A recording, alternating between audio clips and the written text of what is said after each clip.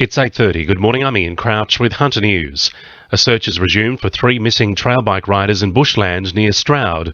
The 21, 27 and 38-year-old men set off at about 9 yesterday morning and were due to return around lunchtime.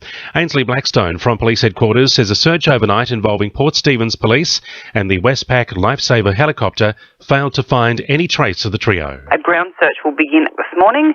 This is expected to involve police from Port Stephens Local Area Command, Polair and State Forest personnel. While the men are equipped for off-road biking, it is understood they have no supplies or mobile phones. Confusion over whether explosive material was involved in an industrial fire on Kooragang Island meant fire crews were called off the site until the contents were confirmed. Firefighters were called to the Highfurt factory just after 6 yesterday morning, but doubts over possible dangerous materials meant they had to wait before attacking the blaze. A chemical engineer and specialist foam appliance was sent from Sydney, with fire crews still mopping up at midday. Nearby residents say they were kept in the dark and are stepping up calls for an emergency plan to be put in place as soon as possible. A man's facing firearm and drugs charges after being arrested at Toronto. The 42-year-old was stopped by police in Donnelly Avenue on Saturday afternoon, with officers allegedly finding a sawn-off shotgun and a quantity of the drug ice. Sonia Roberts from Police Headquarters says the man was taken to Toronto Police Station. Further checks revealed the firearm was a replica pistol. The 42-year-old was charged with possessing an unauthorised prohibited pistol and possessing a prohibited drug. He's been granted conditional bail and appears in Toronto local court on the 16th of September. Further progress has been made with plans to upgrade the New England Highway and Singleton Railway underpass.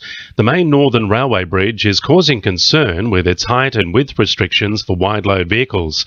A temporary road has been proposed 20 metres south of the bridge to reduce the impact for road users while upgrades are carried out. However, Hudson Borden from Roads and Maritime Services says a start date has not been set. There's actually no current time frame for construction of the widening of the New England Highway at this location. In the future, Roads and Maritime is proposing to build a temporary road that will take road users over the bridge during the construction of any widening work that will happen on the New England Highway. An Air Force corporal leading a trek from the Williamtown RAF base to Sydney as part of the Post-Traumatic Stress Disorder Awareness Campaign says the stigma must be eradicated. The walkers set off from the base this morning and are due to arrive in Martin Place on Friday. Andy Summers says PTSD is devastating and he'll do all he can to stop people suffering alone. Singleton residents and horse racing enthusiasts will be excited today as the Emirates Melbourne Cup Tour arrives in the town. The event will pay tribute to two-time Melbourne Cup winning horse Peter Pan, who raced in 1932 and 1934.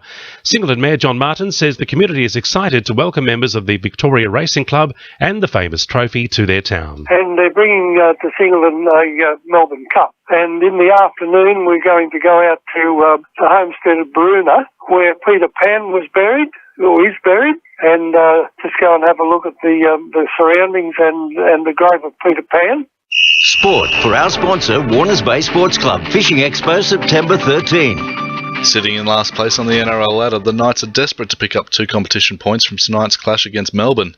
The 6th place Storm feature a number of Australian and Origin representatives, and Knights forward Tarek Sims says shutting them down is the key to victory tonight. We've all got our individual players that we're going to try and target and make sure we send a bit of traffic at them to sort of blunt their attack a bit.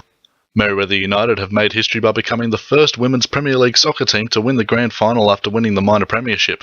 United defeated Valentine with a late winner to take the score to 3-2 and claim their first WPL title. And the Newcastle North Stars have put the remaining sides in the Australian Ice Hockey League on notice with a 14-0 demolition of the Sydney Ice Dogs. The win featured 7 goals from Canadian import Gordy Wudrick, lifting his season tally to a record 44 goals and 91 points, eclipsing Matt Amato's 42-goal season in 2007. The North Stars will take on Canberra in their semi-final in Melbourne on Saturday. That's sport. I'm Jonathon Momsen. 2NURFM News Time, 26 to 9.